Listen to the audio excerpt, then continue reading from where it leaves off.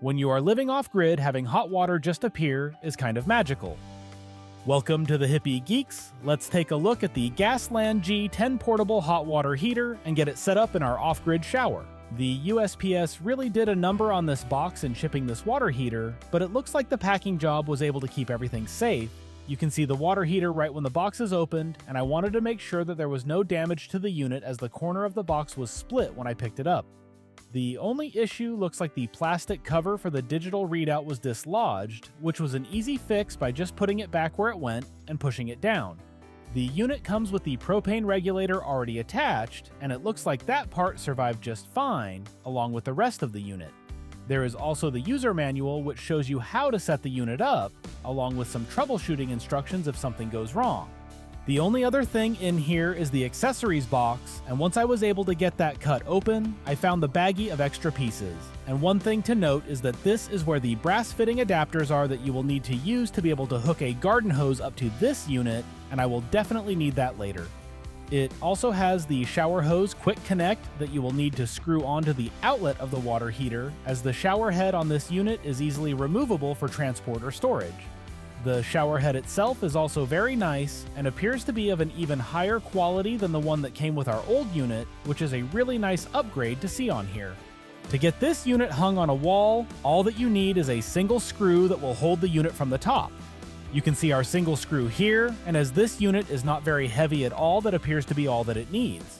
Once I had the unit mounted onto the wall, I messed around with the battery tray a little bit, but at this point I was not able to figure out how to open it, so I decided to get the shower head mounted on the wall. The holder that comes with this unit is not adjustable, which may or may not work in your favor depending on how tall you are and how you want the water to be sprayed onto you.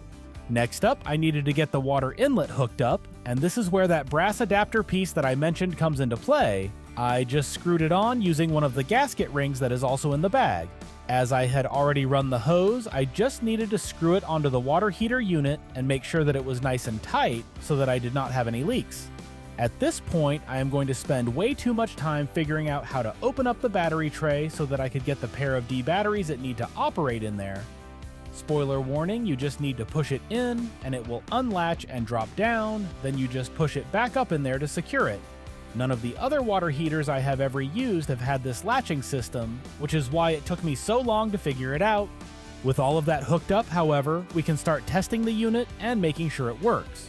There are two dials on the front of the unit. On the left is the propane burner control, and the further you turn that up, the more propane this unit will burn and the hotter the water gets. On the right side is the water speed control, and as you slow the water flow down, the less water will come out of the shower head, but the hotter the water will be able to get as well. Not that this unit has any trouble getting hot, as it is an absolute beast, and you will want to start out with lower temps so that you don't burn yourself. Alright, it is fully functional and working, so it is time to give the shower head a try. There are 3 water settings on the head itself: the central high pressure setting, the lower pressure outer ring setting, and then the third setting will use both of them at the same time. There is also a water control knob on the shower head itself, so you can also slow down the water flow directly on the head as well. We have had this unit installed for the last couple of weeks now, and it is a definite improvement over the smaller unit that we were using in here previously. The digital readout that shows what the current water temperature is sitting at is a game changer, as we were always just guessing before. This unit is also a beast when it comes to heating up water, and I can see why they advertise it as being able to warm up an above-ground swimming pool, as I could definitely see it being able to do that if you crank the heat up all the way.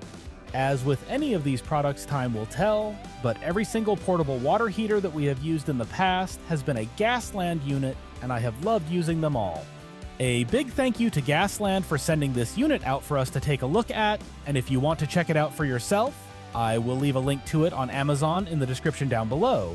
They have several different units at several price points on the same product page, so you should be able to find the right unit for your application, whatever that may be.